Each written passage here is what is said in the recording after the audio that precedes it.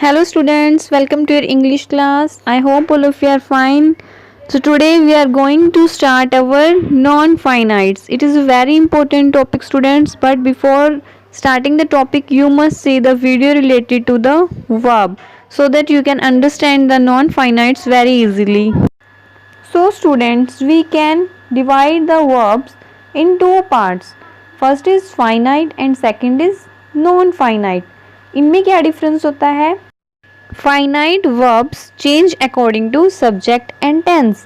ये जो वर्ब्स होती हैं वो सब्जेक्ट और टेंस के अकॉर्डिंग चेंज होती हैं, but non finite verbs no changes. इनमें कोई भी चेंजेस नहीं होते.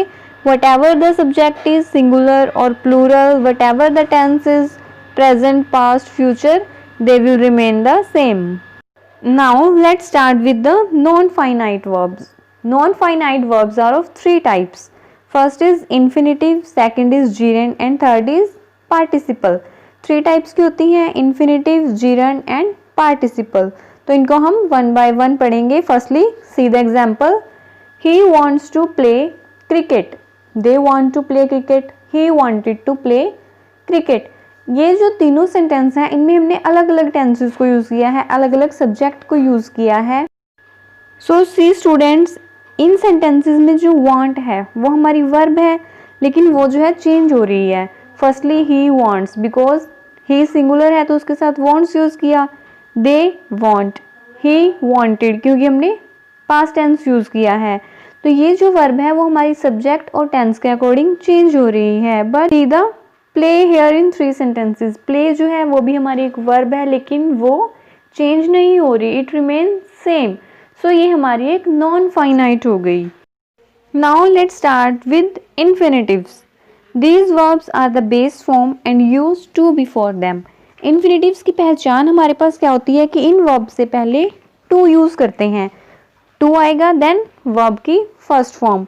सी the example. Allow me to go home and allow them to go home. इन दोनों सेंटेंसेस में हमने सब्जेक्ट को चेंज किया, लेकिन जो हमारा इन्फिनेटिव था टू गो वो सेम रहा. Now let's see the uses of to infinitive. कि जो हमारा टू इन्फिनेटिव है उसे हम कहाँ कहाँ यूज़ करते हैं? As a subject to a verb. कई बार हम इसे एज अ सब्जेक्ट भी यूज़ करते हैं. See the example. जैसे हम कहते हैं ना टू एरो इज ह्यूमन, तो इसमें जो हमारा टू है वो एज अ सब्जेक्ट यूज़ हुआ है. To help the needy is a good thing. इसमें भी जो हमारा टू है वो एज अ सब्जेक्ट यूज़ हुआ है. Second, we can use to infinitive as an object. Like he wants to appear for IAS exam. तो इसमें ऑब्जेक्ट हो गया, he wants to appear. He wish to come along, वो भी साथ आना चाहता है. इसमें भी हमारा क्या हो गया? टू कम एक ऑब्जेक्ट हो गया. Third is as a complement.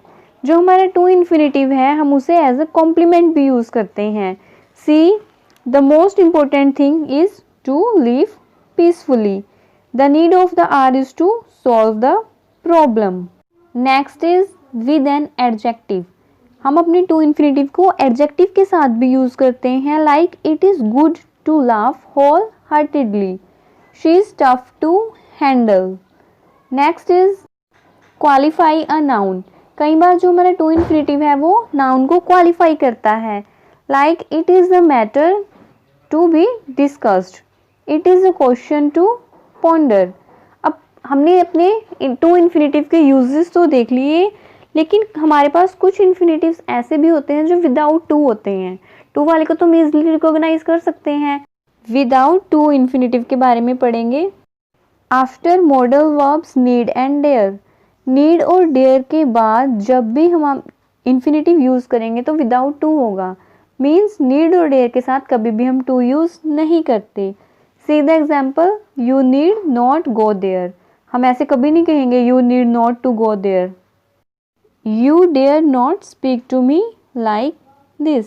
Next is after the verbs late, make, see, hear, feel and watch. इन वर्ब्स के बाद भी हम कभी भी टू यूज़ नहीं करते. Like I heard her cry. हम कभी भी ऐसे नहीं बोलेंगे कि I heard her to cry. I saw her cross the road. Next is after the verbs had, better and had rather. जो हमारी हैड बेटर और हैड रेदर वर्ब्स होती हैं उनके बाद भी हम कभी भी टू इन्फिनेटिव का यूज़ नहीं करते। See the example, you had better sleep at there home, I had rather leave this place.